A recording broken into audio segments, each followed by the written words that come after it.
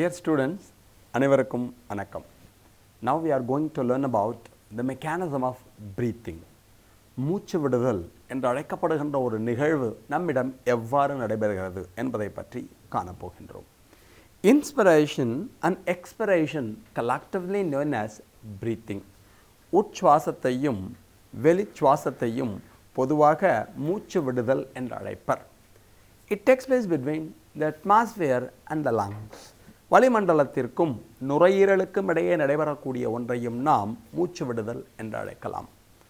Before going to that breathing, we should have a clear idea about the body cavity.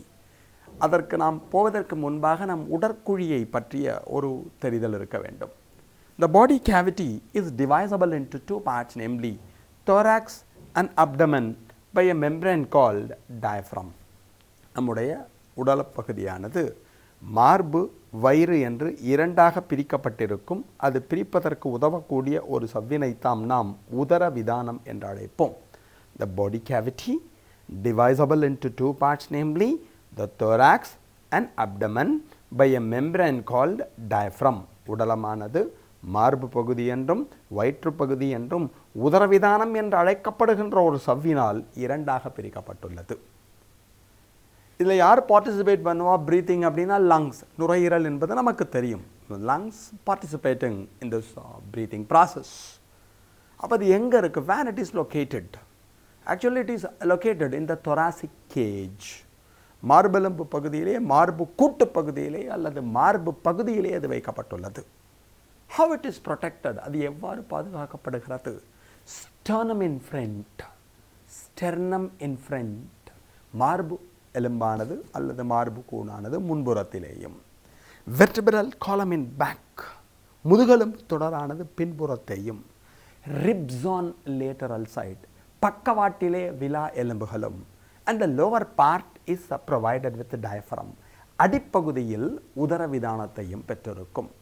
மார்பெலும்பு முன்னால், முதுகெலும்பு பின்னால், பக்கவாட்டிலே விலா எலும்புகள் காணப்படும். கீழ்ப்புறத்திலே இந்த டயஃப்ரம் என்று அழைக்கப்படுகின்ற உதரவிதானம் காணப்படும். இது உள்ள ரொம்ப ஜாக்கிரதையாக நம்முடைய லங்ஸ் ஆனது காணப்படும். இதன் உட்புறத்தே நம்முடைய நுரையீரலானது பாதுகாப்பாக வைக்கப்பட்டிருக்கும். Sternum in front, vertebral column in back, ribs on lateral side and lower part with the diaphragm. இந்த பாக்ஸுக்கு பேர் thoracic cage பேர். இந்த thoracic cage என்று அழைக்கப்படுகின்ற மார்பெலும்பு கூட்டு பகுதியில் தான் நம்முடைய நுரையீரலானது பாதுகாப்பாக வைக்கப்பட்டுள்ளது. Mechanism of breathing involves two stages, namely one the inspiration, another is expiration. இந்த மூச்சு விடுதல் என்பது உட்சுவாசம் வெளிச்சுவாசம் என்று இரண்டாக பிரிக்கப்பட்டுள்ளது. The muscles participating in this process, இதில் பங்கேற்கக்கூடிய தசைகள் என்ன அப்படின்னா இரண்டு. ஒன்றுக்கு பேர் உதரவிதானம், டயஃப்ரம்னு பேர். இன்னொன்று எடுத்துனோன்னா the intercostal muscles, விலா இடை தசைகள் என்ற பெயர். நம்மள்ட்ட ரெண்டு விலா இடை தசை இருக்குன்னு உங்களுக்கு தெரியும். Two interstitial muscles are present. the interstitial musclesனு சொல்லலாம், விலா இடை தசைகள் என்று அழைக்கப்படும். ரிப்புக்கு வெளியில் இருந்தால் the muscles present outside the rib is said to be external intercostal muscle. வெளி விலா இடை தசை என்ற பெயர். It is present outside of this rib. The muscles present inside the rib is said to be the internal intercostal muscle.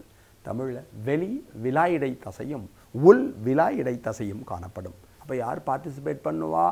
Diaphragm, external intercostal muscles and internal intercostal muscles. உதரவிதானமும் வெளிவிலா இடை தசைகளும் உள் விலா இடை தசைகளும் இந்த மூச்சு விடுதலில் பங்கேற்கும். இதை நம்ம எப்படி படிக்கிறது? சிம்பிளாக டிஃபரன்ஷியேட் பண்ணி படித்தா முடிஞ்சு போயிடுது.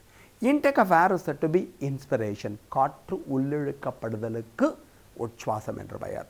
எக்ஸ்பெல்ஷன் of air is said to be expiration. காற்றானது வெளித்தள்ளப்படுவதற்கு, நுரையீரலிலிருந்து வளிமண்டலத்திற்கு வெளித்தள்ளப்படுவதற்கு வெளிச்சுவாசம், எக்ஸ்பிரேஷன் என்ற பெயர். Inspiration is an active process. மூச்சு உள்ளிழுக்கப்படுவதற்கு ஆற்றல் தேவை. ஸோ இது ஒரு செயல் மிகு நிகழ்வாகும். Expiration is a passive process. இந்த வெளிச்சுவாசம் என்பது ஒரு இயல்பான நிகழ்வாகும். எப்போ நடக்கும்? The time it takes place. எப்போ நடக்கிறது இதான் கொடுத்துருக்கேன். It occurs when the intrapulmonary pressure is less than the atmosphere. நம்முடைய நுரையீரலில் காற்றின் அழுத்தமானது வளிமண்டலத்தை விட குறைவாக இருந்தால் இது நடைபெறும். It occurs when the intrapulmonary pressure is more. நம்முடைய நுரையீரலில் காணப்படுகின்ற காற்றின் அழுத்தமானது வளிமண்டல அழுத்தத்தை விட அதிகமாக இருந்தால் இந்த வெளிச்சுவாசம் எக்ஸ்பிரேஷன் என்று அழைக்கப்படுகின்ற ஒன்று ஆனது நடைபெறும்.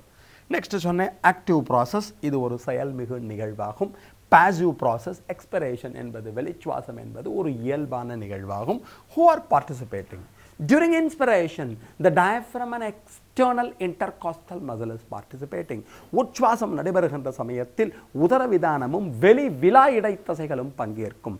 During expiration, diaphragm and the internal intercostal muscles are participating. வெளிச்சுவாசம் நடைபெறுகின்ற சமயத்தில் உதரவிதானமும் உள் விலா இடைத்தசைகளும் பங்கேற்கும். இன்ஸ்பிரேஷன், எக்ஸ்டர்னல் இன்டர்காஸ்டல் மசில், உட்சுவாசம் நடைபெறுகின்ற சமயத்திலே வெளி விலா இடைத்தசை. During expiration internal intercostal muscles. அப்போ வெளிச்சுவாசம் நடைபெறுகின்ற சமயத்திலே உள் விலா இடைத்தசைகள் பங்கேற்கும். இதை நம்ம முக்கியமாக ஞாபகம். அடுத்தது என்ன முக்கியம்? Initiated by the contraction of external intercostal muscle and diaphragm. இந்த உட்சுவாசம் என்பது உதரவிதானம் சுருங்குவதன் காரணமாகவும் எக்ஸ்டர்னல் இன்டர்காஸ்டல் மசில்ஸ் என்று அழைக்கப்படுகின்ற வெளி விலா இலை தசைகள் சுருங்குவதன் காரணமாகவும் ஏற்படும். அப்போ எக்ஸ்பிரேஷன் எப்போ நடக்கும் அப்படின்னா ரிலாக்ஸேஷன் ஆஃப் த டயஃப்ரம், நம்முடைய உதரவிதானமானது தளர்ச்சி அடைகின்ற சமயத்திலும் and contraction of the internal intercostal muscles, உள் விலா இடைத்தசைகள் சுருங்குகின்ற சமயத்திலும் இந்த எக்ஸ்பிரேஷன் ஆனது அல்லது உட்சுவாசம் மாதிரியே வெளிச்சுவாசமானது நடைபெறும். அப்புறம் என்ன முக்கியம்? During inspiration what will happen? The volume of the thoracic chamber is increased. உட்புறத்தை காணப்படுகின்ற இந்த thoracic cage என்று அழைக்கப்படுகின்ற மார்பு கூட்டின் உட்புறத்தை உள்ள அறையிலே என்னாகும் அப்படின்னா volume of the thoracic cavity is increased. இங்கே எடுத்துனோம்னா volume of the thoracic cavity is decreased. மார்பறையின் அளவானது சுருங்குகிறது. If the size of the volume of the thoracic cavity is increased, then air pressure is reduced in the lungs. மார்பறையின் அளவானது அதிகரிக்கின்ற சமயத்தில் நுரையீரலின் உட்புறத்தை அழுத்தமானது குறையும். Entry of air, வளிமண்டலத்திலிருந்து காற்றானது உள்ளே நுழையும். During expiration, the volume of the thoracic cavity is reduced. மார்பறையின் அளவானது குறையும். மார்பறையின் அளவு குறைஞ்சதுன்னா the pressure is increased in the lungs. நுரையீரலின் உட்புறத்தை காற்றின் அழுத்தமானது அதிகரிக்கும். What will happen? Air is expelled out. காற்றானது வெளித்தள்ளப்படும். அப்போ இன்ஸ்பிரேஷன், இன்டேக் ஆஃப் ஏர், காற்றானது உள்ளிழுக்கப்படுதல். எக்ஸ்பிரேஷன், எக்ஸ்பெல்ஷன் ஆஃப் ஏர், காற்றானது வெளித்தள்ளப்படுதல். Inspiration is an example for active process. உட்சுவாசம் என்பது ஒரு இயல்பான நிகழ்வாகும். Expiration is an example for passive process.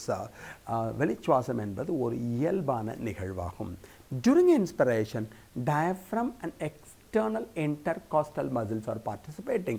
உட்சுவாசம் நடைபெறுகின்ற சமயத்திலே உதரவிதானமும் வெளி விலா இடைத்தசைகளும் பங்கேற்கும். During expiration, diaphragm and internal intercostal muscles are participating. வெளிச்சுவாசம் நடைபெறுகின்ற சமயத்தில் உதரவிதானமும் உள் விலா இடைத்தசைகளும் பங்கேற்கும். During inspiration, contraction of the diaphragm and contraction of the external intercostal muscles takes place. உட்சுவாசம் நடைபெறுகின்ற சமயத்தில் உதரவிதானமானது சுருங்கும், வெளி விலா இடைத்தசைகளும் சுருங்கும். During expiration, relaxation of the diaphragm and contraction of the internal intercostal muscles takes place. வெளிச்சுவாசம் நடைபெறுகின்ற சமயத்தில் உதரவிதானமானது தளர்ச்சி அடையும்.